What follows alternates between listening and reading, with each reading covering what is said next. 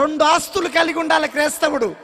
అక్క, అన్నా, నీకు ఏ ఆస్తి లేకపోయినా సరే, 10 రొయ్యల చెరువులు లేకపోయినా సరే, ఎకరం పొలం లేకపోయినా సరే, మంచి కొంప లేకపోయినా సరే, పత్రుల బంగారం లేకపోయినా సరే, మంచి పలుకుబడి లేకపోయినా సరే, రోజు కారం మెతుకులు తిని బ్రతుకుతున్నా సరే, 2 ఆస్తులు కలిగి ఉండాలి.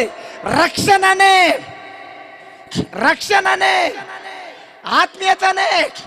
ఈ 2 ఆస్తులు కలిగి ఉంటే ఒక ఎమ్మెల్యే కన్నా, ఒక ఎంపీ కన్నా, ఓ ప్రధానమంత్రి కన్నా, ఓ రాష్ట్రపతి కన్నా, 100 ఎకరాల పొలం ఉన్నోని కన్నా, 1 కోటి రూపాయల కొంపున్నోని కన్నా మనము ధన్యులం. మీ దగ్గర చెయ్యిందా? పక్షపాతం వచ్చిందా? ఉందా? ఇట్లా పోయిందా? ఇట్లా అనండి. నా చేయి చూడు ఎట్లా అన్నది. ఇట్లా చూడు, ఇట్లా అనండి అమ్మా.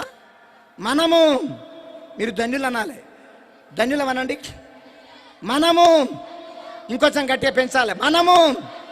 మనము ఒక ఎమ్మెల్యే కన్నా, ఒక ఎంపీ కన్నా, ఒక కలెక్టర్ కన్నా, ఓ సీఎం కన్నా, 100 ఎకరాల పొలం ఉన్నోని కన్నా, 1 కోటి రూపాయల కొంపున్నోని కన్నా, 10 ఎకరాల పొలం ఉన్నోని కన్నా మనము ధన్యులమా కాదా?